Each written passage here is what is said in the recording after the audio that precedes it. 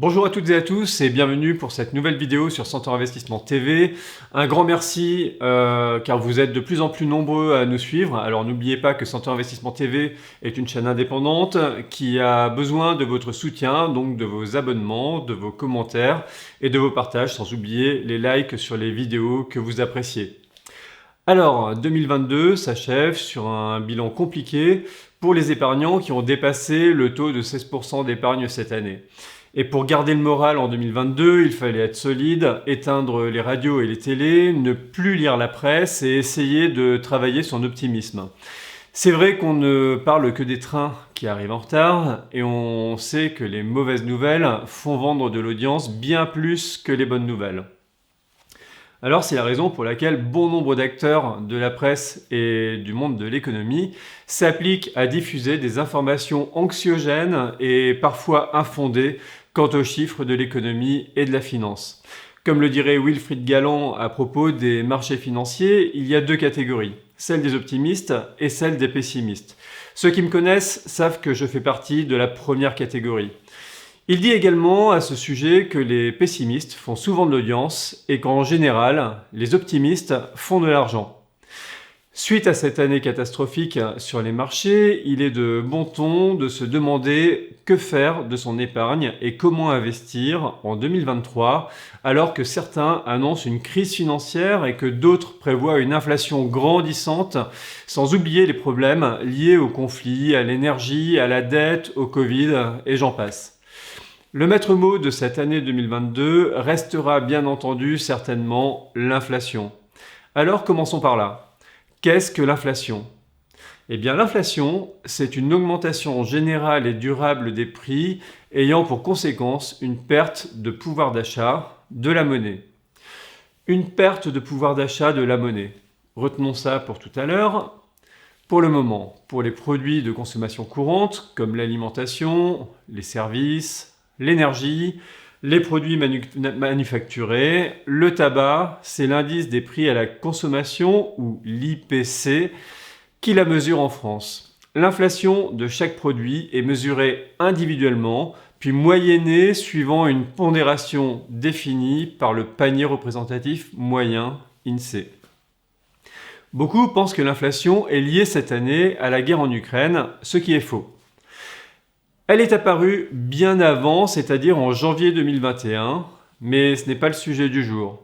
Mais pour expliquer en une minute ce qui s'est passé et comprendre l'une des raisons principales de cette inflation, il faut remonter à la crise des subprimes en 2007 et la création hors norme de liquidités injectées dans l'économie entre 2012 et 2021. Le tout associé au Whatever It Takes de 2012 et au Quoi qu'il en coûte de 2020. En résumé, l'économie s'est retrouvée noyée sous une surabondance de liquidités et engluée dans l'aberration des taux négatifs. Résultat, les chocs de demande ont créé des goulets d'étranglement à la sortie du Covid et l'inflation s'est mise à grimper rapidement. Ensuite, seulement, la crise en Ukraine, sur fond de choc d'offres liés à l'énergie, a accéléré le processus. Alors pour entrer dans le vif du sujet, rappelez-vous que de ma définition de tout à l'heure. L'inflation a pour conséquence une perte de pouvoir d'achat de la monnaie. En effet, l'inflation provoque une diminution de la valeur de l'épargne. Prenons un exemple. Imaginons que tous les mois, étant gourmand de chocolat, vous vous faites plaisir en achetant des chocolats pour 20 €. Et chaque mois, vous épargnez 20 € pour vous acheter vos chocolats le mois suivant. Mais un mois plus tard, l'inflation a provoqué la hausse du prix du cacao et vos chocolats préférés coûtent maintenant 22 €. L'inflation aura rongé votre épargne et ne vous permettra plus d'acheter vos chocolats, sauf si leur prix revient à 20 €, ce qui est peu probable. En clair, ces 10% d'inflation vous obligeront à épargner davantage si vous souhaitez continuer à manger du chocolat, sinon il faudra en acheter moins ou ne plus en acheter du tout.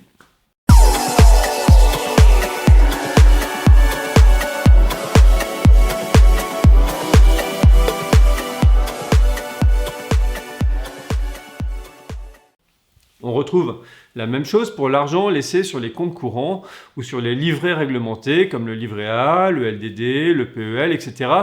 ou même les comptes à terme. Le bon côté de ces solutions d'épargne est que l'argent peut être disponible à tout moment pour les livrets réglementés et vous connaissez par avance le rendement de ces solutions qui sont plafonnées par un montant maximum d'investissement défini par la banque ou encore par le gouvernement. Pour ce qui est d'un compte ou dépôt à terme, le taux d'intérêt est fixé à une échéance donnée, à condition que les sommes déposées soient bloquées jusqu'à l'échéance. Mais dans tous les cas, les taux d'intérêt de ces solutions sont relativement faibles et lorsque l'inflation est forte, on se retrouve, comme dans l'exemple du chocolat, avec généralement un taux réel négatif. Bien, oui, si vous avez un livret A qui propose 2% d'intérêt sur l'année face à 6% d'inflation comme en 2022 en France, votre taux réel sera de moins 4%. Si vous êtes au plafond de votre livret A, soit 22 950 €, vous aurez perdu cette année 918 €. Et vous ne les retrouverez probablement jamais. Fort de ce constat, il est peut-être plus malin de chercher à placer son épargne et à l'investir, quitte à ce qu'il supporte un peu de volatilité, plutôt que de le laisser dévaluer avec des solutions qui n'ont pas vraiment de sens aujourd'hui. Sauf pour l'argent, dont on risque d'avoir besoin à court terme et sur lequel on souhaite avoir des garanties. Trop souvent, les gens confondent épargne et placement. Gardons en tête que lorsque on épargne sans placer son argent, on n'investit pas et souvent on perd de l'argent. Mais quels sont les différents types d'investissements et avant tout, que signifie réellement investir pour un épargnant? Eh bien, un investissement consiste à utiliser son épargne ou tout ou partie de son patrimoine financier pour le prêter ou acheter un bien comme une action, un appartement, etc. Dans le but d'obtenir des revenus à terme, comme des intérêts, des dividendes, des revenus locatifs, et ou réaliser une plus-value au moment de la revente. Il existe deux catégories pour investir, celle des investissements financiers et celle des investissements immobiliers.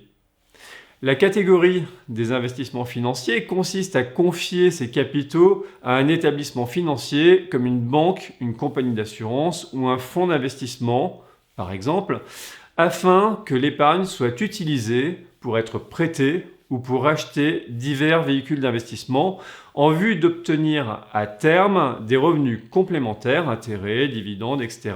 et ou réaliser une plus-value au moment de la revente.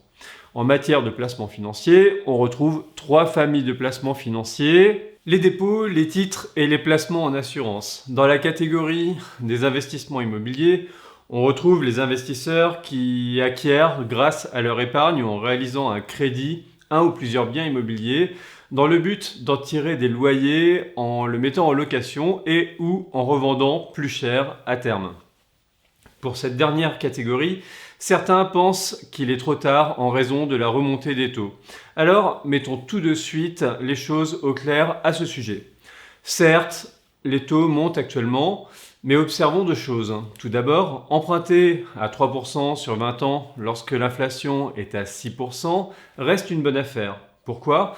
Parce que le taux réel de l'opération est dans ce cas de moins 3%. Et même si l'inflation revient à des niveaux plus acceptables, comme 3% par exemple, votre taux réel sera de 0, soit 3% de taux d'emprunt, moins 3% d'inflation. L'opération est donc intéressante. D'autre part, l'immobilier est un investissement non liquide sur le long terme, comme on le sait. Donc, si on reprend la valorisation de l'immobilier français sur le long terme, on se rend compte qu'il progresse de 8,5% par an en moyenne depuis le début du siècle dernier. Enfin, si nous prenons la période entre début 1999 et fin 2021, les prix de l'immobilier ont progressé de 158% selon l'indice des notaires et de l'INSEE. C'est 5 fois plus que l'inflation. L'indice des prix à la consommation n'a en effet augmenté que de 34% sur la période. Cela prouve donc que l'immobilier est un actif résilient et un bon rempart face à l'inflation. La hausse des taux elle-même, liée en partie à l'inflation, n'est donc pas un problème. Alors la question à se poser maintenant est: dois-je mettre de l'épargne dans un investissement immobilier et me démunir de mon cash qui pourrait m'être utile en cas de besoin? En effet, l'immobilier est un actif non liquide et je risque de devoir revendre mon bien si j'ai un besoin particulier de liquidité au risque de faire une mauvaise opération. L'idée est bien évidemment de se servir du levier de l'emprunt et de conserver un maximum de liquidités qui elles-mêmes peuvent rapporter bien plus que l'immobilier. Et dans ce cas, je gagne sur les deux tableaux. Mais connaissez-vous les solutions qui s'offrent à vous pour investir dans l'immobilier? Elles sont nombreuses et il existe de nombreux programmes d'investissement immobilier. Pour en passer quelques-unes en revue, nous évoquerons la location nue, bien entendu, qui est la forme la plus répandue. Dans ce cas, c'est très simple, vous mettez en location un bien nu, c'est-à-dire non meublé. Vous recevrez alors des revenus fonciers, donc imposés à l'impôt sur le revenu et aux prélèvements sociaux. Certains investisseurs vont également acheter des biens dans le but d'y faire des travaux pour les revendre plus tard avec une plus-value. Selon le niveau de fiscalité du propriétaire, ce type d'investissement peut être peu rentable, voire même proposer des rendements négatifs dans certains cas. Une étude fiscale est indispensable avant de réaliser votre projet. Généralement, plus intéressante fiscalement, la location meublée vous permettra de neutraliser la fiscalité sur les loyers. Comme son nom l'indique, la location meublée non professionnelle ou professionnelle est un statut dans lequel vous mettez en location un bien meublé. Elle est considérée comme une activité commerciale. Les revenus sont soumis au régime des bénéfices industriels et commerciaux avec un avantage fiscal indéniable. La LMNP vous permet de déduire de vos revenus l'amortissement du bien pour neutraliser l'impôt sur le revenu et les prélèvements sociaux. Une autre solution consiste à investir en immobilier défiscalisant, comme la loi Pinel par exemple. Elle vous permet de mettre un bien en location en respectant certaines conditions définies par l'État. Il doit s'agir d'un logement neuf, de s'engager à louer au minimum pendant 6 ans dans une zone ciblée en tenant compte d'un loyer plafonné et des ressources du locataire. En plus des revenus fonciers obtenus, vous bénéficierez d'une réduction d'impôt sur le revenu égale à 2% de l'investissement plafonné à 300 000 € pendant les 9 premières années de location et 1% de la 9e à la 12e année. La loi Pinel a déjà fait beaucoup de déçus car souvent achetés très cher et ne bénéficiant que d'un rendement faible hors avantage fiscal. Enfin, la solution des SCPI bénéficie d'un engouement et d'un effet moutonnier sans conteste depuis quelques années. La Société civile de placement immobilier collecte des fonds auprès des épargnants pour acquérir des immeubles et percevoir des loyers. Une fois tous les frais déduits, comme l'entretien, la gestion, les impôts, l'assurance, etc., elle redistribue le résultat à chacun des associés en proportion du nombre de parts détenues. En reprenant les chiffres de ce graphique du magazine Le Revenu, certes un peu vieux mais toujours d'actualité, ce dernier vous confirme que placer une partie de son épargne sur le long terme et sur les marchés actions, que ce soit via l'assurance vie, les comptes titres, les PEA, etc., est généralement un pari gagnant. Entre 1988 et 2018, les actions avec dividendes ont gagné 1352%, l'immobilier à Paris 402%, l'assurance vie en fonds euros 370%, l'or 179%, le livret A 135%, inflation sur la période 67%. Conclusion, les actions font mieux que tous les autres placements sur le long terme. Alors cela nous amène à la question suivante. Dans quoi puis-je investir mon épargne si je ne souhaite pas investir dans l'immobilier ou si je le fais à crédit? Une fois de plus, cette question entraîne d'autres questions sous-jacentes à se poser avant de placer son argent. Pourquoi investir une partie de son cash plutôt que de le consommer? Dans quel objectif? Pour quelle durée? Quel est mon niveau de risque acceptable pour essayer de trouver de bons rendements? Vais-je être inquiet dès la première baisse? Les objectifs de chacun peuvent être différents. Quand certains souhaiteront simplement se créer une épargne de précaution pour faire face à une dépense imprévue, d'autres voudront se constituer un apport en vue d'une acquisition immobilière ou un autre projet, ou encore se constituer un capital en vue d'obtenir de revenus complémentaires à la retraite, ou peut-être pour payer les études de ses enfants. Enfin, il est très fréquent de vouloir placer de l'argent pour protéger son conjoint et ou transmettre à ses héritiers. Les solutions sont nombreuses pour atteindre ces objectifs. En commençant par les livrets où l'argent ne rapporte pas grand-chose, mais reste disponible à tout moment. En poursuivant crescendo, nous avons également le compte à terme, qui est un compte d'épargne qui offre un taux d'intérêt fixé, souvent très faible, à une échéance donnée, à condition que les sommes déposées soient bloquées jusqu'à cette échéance. Pour obtenir des rendements plus attractifs, en élevant bien évidemment le niveau de risque, la solution de l'investissement sur les titres financiers est à choix multiples. Nous retrouverons, bien entendu, dans ce cadre, les actions d'entreprises cotées à sélectionner dans son PEA ou dans son compte titre. Les actions sont plus volatiles, donc plus risquées, car elles sont susceptibles de subir de fortes baisses de leur valeur, comme en 2020 ou en 2022 par exemple. Toutefois, elles offrent une espérance de rendement très intéressante. Sur les 20 ou 30 dernières années, et même plus, l'investissement en actions s'est révélé l'un des investissements les plus performants qu'il soit. Si vous ne connaissez rien au monde des actions, laissez faire les professionnels qui le font pour vous en optant pour les OPCVM. Il s'agit de fonds d'investissement auxquels vous confiez votre épargne. Dans ce cas, le gérant du fonds et son équipe de gestion vont gérer le fonds et choisir les titres qu'ils intégreront dans ce fonds selon son prospectus qui définit son univers d'investissement, comme par exemple les actions françaises, les actions américaines, les actions de pays émergents, les petites capitalisations, les grandes capitalisations, etc. Vous pouvez investir en OPCVM dans une assurance vie de droit français ou luxembourgeois, un PER, un PEA, un compte titre, un contrat de capitalisation français ou luxembourgeois, etc. Mais un OPCVM peut aussi être investi en obligations. Il s'agit de titres de créance émis par un État ou une entreprise et qui garantit le versement d'un intérêt et le remboursement à l'échéance, sauf dans le cas d'une défaillance de l'émetteur. Les fonds diversifiés investissent une partie de leur cash en actions et une autre partie en obligations de façon plus ou moins importante, selon que le fonds est prudent ou dynamique. Dans cet univers, vous trouverez également les ETF d'une part et les produits structurés d'autre part. Produits structurés qui peuvent être créés sur mesure pour nos clients. Ces fonds proches des OPCVM sont construits sur des formules spécifiques. Un ETF va par exemple suivre un indice de référence comme le CAC 40. Quant aux produits structurés, ils vont par exemple offrir un rendement annuel, sauf si l'indice de référence passe en dessous d'un niveau de protection défini par avance. Dans certains cas, il pourra se clôturer dès la fin de la première année, permettant à l'épargnant de récupérer son capital et ses intérêts rapidement, un petit peu comme dans l'exemple que vous voyez à l'écran. L'investissement de l'épargne peut se faire également dans un mix alliant investissement financier et immobilier sous forme de parts de SCPI, SCI ou autres OPCI.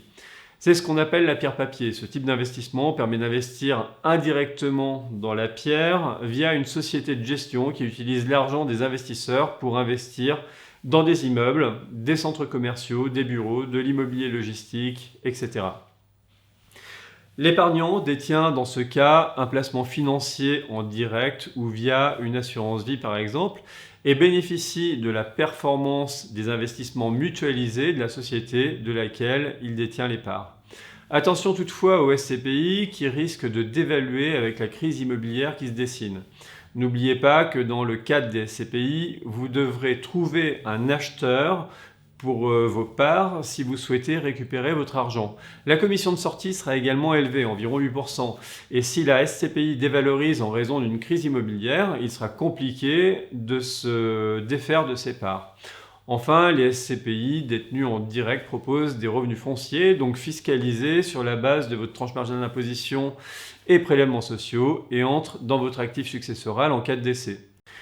Le compte titre et le PEA sont deux autres solutions d'investissement. Il s'agit de comptes bancaires sur lesquels on peut déposer et acheter des titres type actions, OPCVM, etc.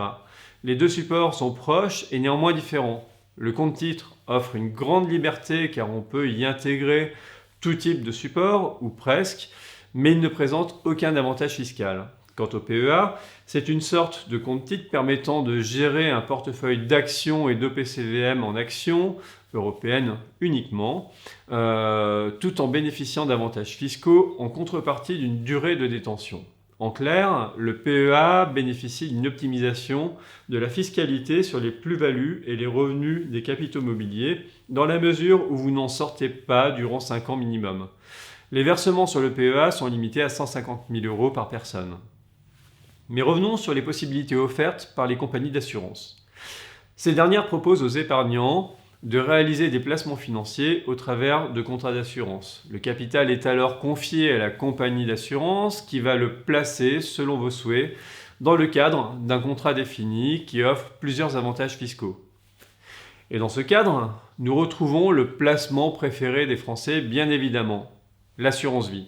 L'assurance vie est un contrat d'assurance qui permet à un souscripteur assuré de se constituer un capital via des versements libres ou programmés qu'il peut retirer à tout moment. Ils sont gérés par des compagnies d'assurance. L'épargne versée peut être placée sur un fonds en euros, garanti et géré par l'assureur et éventuellement d'autres supports retenus par l'assureur et dédiés à son contrat. On y retrouve généralement des OPCVM, des ETF, des produits structurés, de la pierre papier et selon les contrats, parfois de la dette privée, du non-coté ou des FCPR. Le succès de l'assurance vie vient du fait qu'elle est très avantageuse fiscalement.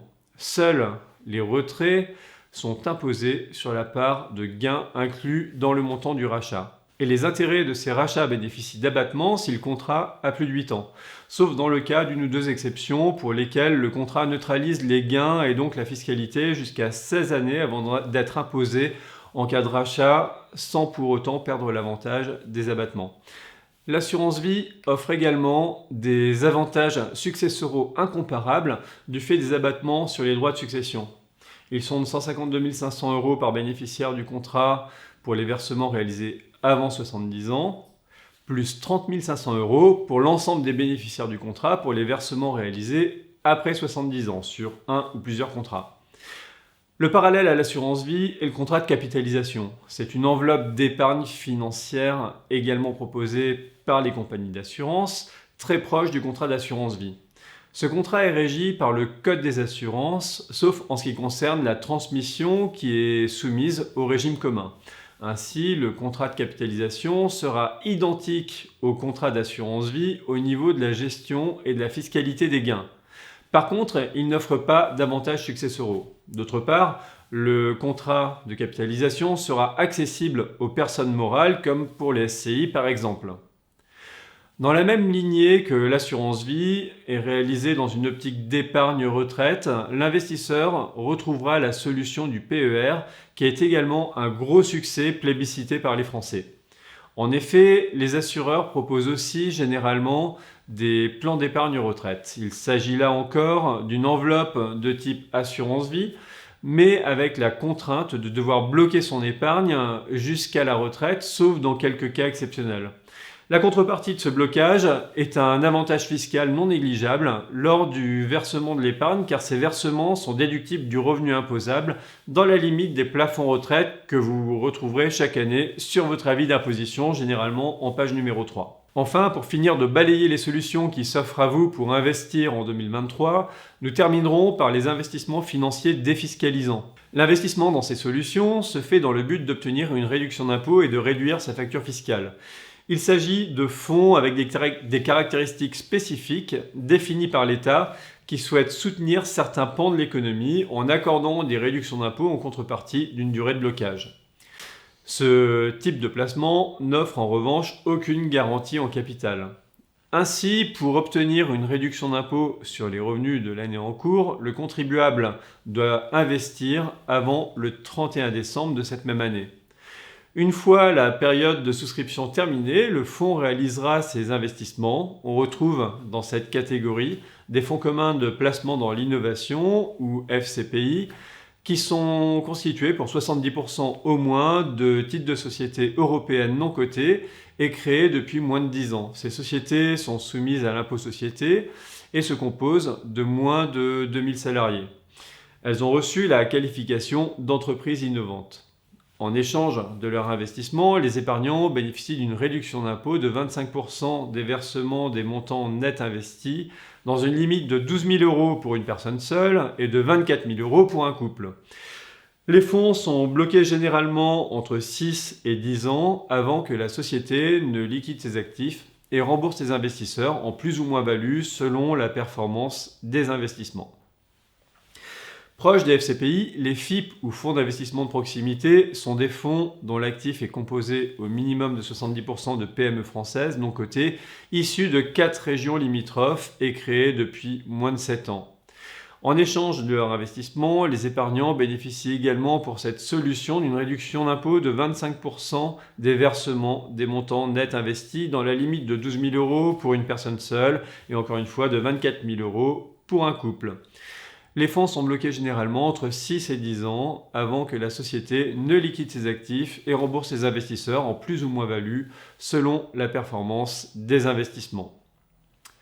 La particularité des FIP est la possibilité d'opter pour les FIP Corse qui sont investis dans les PME corses. Leur fiscalité est plus avantageuse que pour un FIP classique, ce qui s'explique par le manque de FIP présents en Corse. En effet, la loi de 2003 régissant l'éligibilité des FIP imposait les promoteurs à investir dans des PME exerçant leur activité dans 4 régions limitrophes maximum, ce qui excluait la Corse de par sa situation géographique. L'investissement dans un FIP Corse permet à son souscripteur de bénéficier de 30% de réduction d'impôt sur le revenu dans la limite de 12 000 euros pour un célibataire et de 24 000 euros pour un couple, soit une réduction d'impôt potentielle maximum de 4 560 euros pour un célibataire et de 9 120 euros pour un couple. Là encore, les fonds sont bloqués généralement entre 6 et 10 ans avant que la société ne liquide ses actifs et rembourse ses investisseurs en plus ou moins value selon la performance des investissements. Un peu plus loin géographiquement, les FIP Outre-mer sont des fonds d'investissement de proximité investis dans des PME cotées et non cotées, exerçant leur activité exclusivement dans des établissements situés dans les départements d'outre-mer comme la Guadeloupe, la Guyane, la Martinique, Mayotte, la Réunion, etc. L'investissement dans un FIP Outre-mer permet à son souscripteur de bénéficier de 30% de réduction d'impôt sur le revenu, toujours dans la limite de 12 000 euros pour un célibataire et de 24 000 euros pour un couple, soit une réduction d'impôt potentielle maximum de 4 560 euros pour un célibataire et de 9 120 euros pour un couple. Là encore, les fonds sont bloqués généralement entre 6 et 10 ans avant que la société ne liquide ses actifs et rembourse ses investisseurs en plus ou moins value selon les performances des investissements. Enfin, il existe d'autres solutions d'investissement défiscalisant comme les Sofica pour investir dans le cinéma, certains groupements fonciers viticoles pour investir dans le vin ou les groupements fonciers forestiers pour investir dans les bois et forêts par exemple. Nous vous invitons à vous rapprocher de nos conseillers pour voir quel investissement pourrait vous convenir le mieux en faisant une demande de contact sur notre site www.centaure-investissement.com. Nous vous répondrons avec le plus grand plaisir. Pour en terminer avec cette liste non exhaustive pour placer votre argent et investir en 2023, nous ne pouvions pas ne pas évoquer l'investissement dans l'économie réelle. En effet, pour les épargnants qui souhaitent réaliser un investissement d'avenir tout en participant activement au développement des entreprises, le private equity vous permet de financer en capital les TPE et PME du monde entier, à condition qu'elles soient non cotées. Dans ce cadre, des fonds d'investissement choisissent des sociétés qui ont besoin de capitaux pour se développer, se restructurer, etc. et qui le font grâce au private equity. Mais je ne m'étendrai pas sur le sujet car nous avons une rapide présentation de cette solution aux performances plus qu'attractives sur la vidéo de présentation et dans le replay de notre conférence réalisée avec notre partenaire Altaroc que vous retrouverez sur Centaure Investissement TV. Vous y aurez accès en cliquant sur la notification en haut à droite de l'écran. Voilà pour ce tour d'horizon des solutions qui s'offrent à vous pour arrêter d'épargner sans réellement placer son argent et investir. Nous pourrions parler de bon nombre d'autres solutions comme les club deals, l'article 150, 0 Better, les solutions luxembourgeoises et bien d'autres choses encore. Mais je vous invite à nous contacter si vous souhaitez approfondir ces sujets souvent méconnus du grand public en offrant des solutions intéressantes selon votre profil, votre horizon de placement et votre capacité à bloquer de l'argent ou non. D'ici là, je vous souhaite de bonnes fêtes de fin d'année et je vous dis à l'année prochaine pour de nouvelles vidéos. À très bientôt. Au revoir. Pour ne rien louper des astuces et conseils patrimoniaux du cabinet Centaure Investissement, n'oubliez pas de vous abonner à la chaîne Centaure Investissement TV et d'activer la petite cloche de notification afin d'être informé de nos prochaines vidéos mises en ligne. Vous bénéficierez ainsi de nos préconisations pour optimiser votre patrimoine.